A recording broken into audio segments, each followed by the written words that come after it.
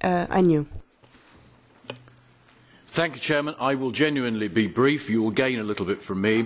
Commissioner, listening to your presentations on the proposals for pan-European political parties, you mention the words budget and funding quite frequently. I've just heard my colleague Andrew Duff, MEP here, urge you to allow these funds to be used for influencing referendum campaigns, in my country in particular, on our future relationship with the European Union. I want to urge you exactly the other way around. I don't think this money should be used for that. Can you give me your categoric assurance that it will never ever be? Secondly, there is obviously going to be a great deal of public money going to these parties. Have you, the Commissioner, any knowledge of private groups or individuals who have indicated a willingness to fund these parties themselves? Is there going to be significant private involvement? Thank you. Less than a minute, Chairman. What about that? Grazie, bravissimo, doppiamente bravo.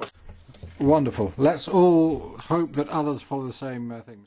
We introduce the transparency in the fundraising. I think that now the rules are much more precise and clearer than before.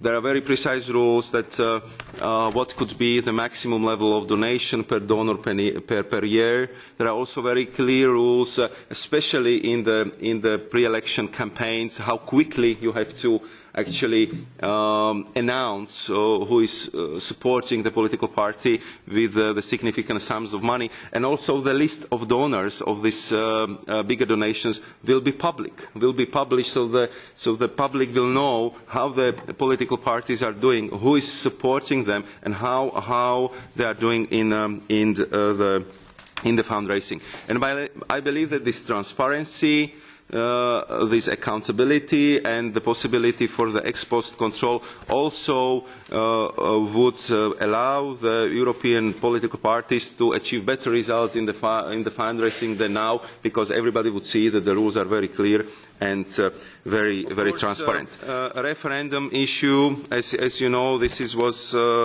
debated at a great length, I would say, already at several occasions, and we of course studied this issue very carefully. And here I think that we concluded that financing national referenda, even those concerning the EU matters, would go beyond the competences conferred on the institutions by the treaties. So they go beyond the specific articles. And as I said, we had already a very long debate on this issue, so I think what remains valid is the fact that only information campaigns can be financed and that they, of course, would continue in the future as well. And of course, once we've been testing the waters also with the member state on this particular issue, so I know that if we would go in that area, that our discussions with the member states would be much more complicated than I believe would be right now, once this issue was so clearly dealt with in our proposal.